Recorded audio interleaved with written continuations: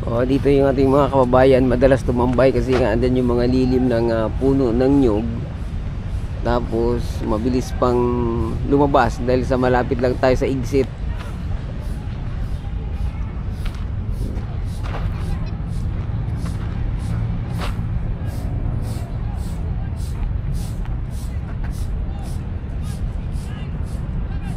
O, meron pa doon nag-practice.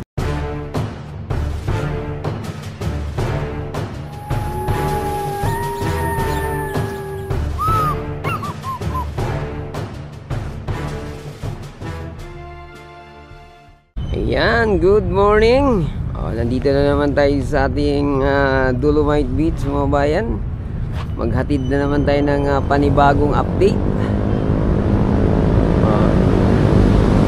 Yun, yung mga ano rito, yung styrofoam na gawa dun sa galing sa may anong tawag nito, trash boom. Nandito lang. At yung trash boom mismo nandoon. Hindi pa rin naalis, no? Ayan, hindi pa rin naalis yung trash boom nandoon.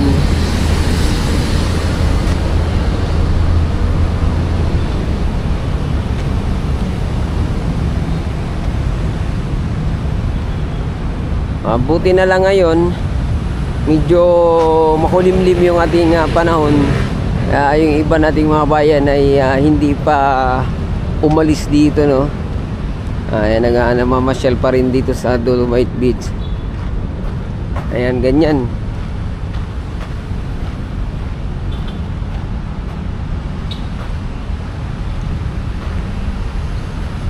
Yung ating ano rito, yung Mandamus Office, mga bayan. Inano na to ulit, ni-retouch na to. Pininturahan ulit to kasi nga ilang taon na rin to eh. Ayan diba? Pininturahan to ulit ng mga nakaraan linggo. Madali talagang kumupas to dahil sa tabing dagat. Pati yung sahig dito Kaya lang bawal na, hinalagan ng harang. Dati pwede tumambay diyan eh. Okay, may harang na, mabayan. At pinalitan na rin siya ng kahoy yung apakan. Yung opisina ng Philippine Coast Guard. Ayan. Dito yung mga gamit.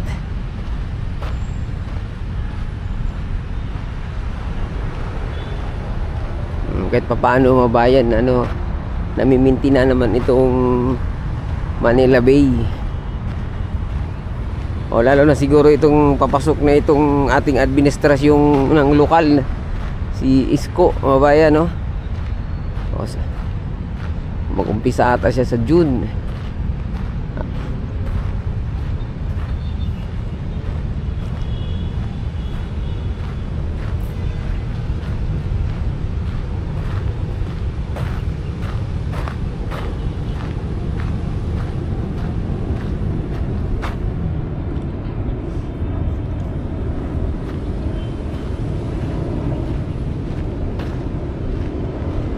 Yung ating rito, comfort room, hanggang ngayon hindi pa rin ginagamit. Ilang taon na to, matapos na lang yung administrasyon ni Marcos. Kalahati dun sa ni PRRD. Nangalahati na rin si Marcos, mabayan. Hindi pa rin ginagamit sa publiko itong comfort room dito, no? Nagdala lang nagtayo lang dito ng portalit. Yun yung ginagamit.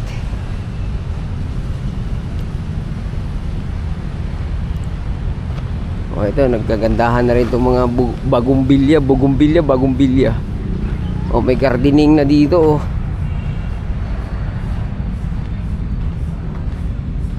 Yan.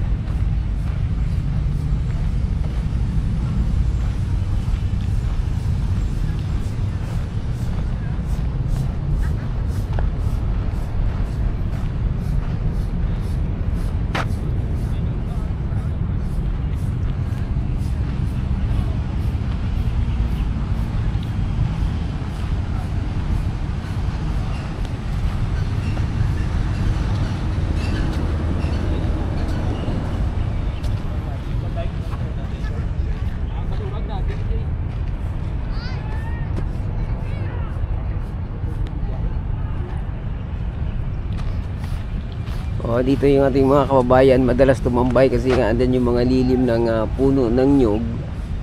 Tapos mabilis pang lumabas dahil sa malapit lang tayo sa exit.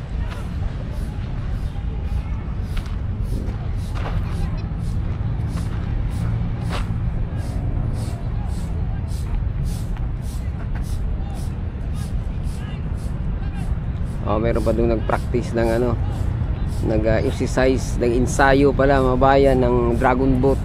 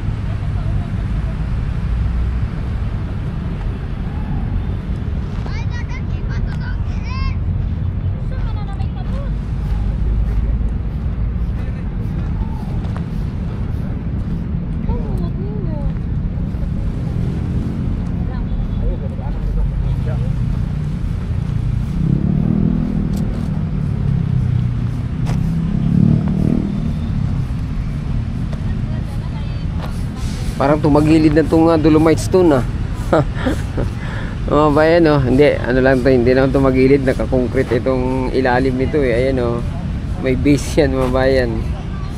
Ayan.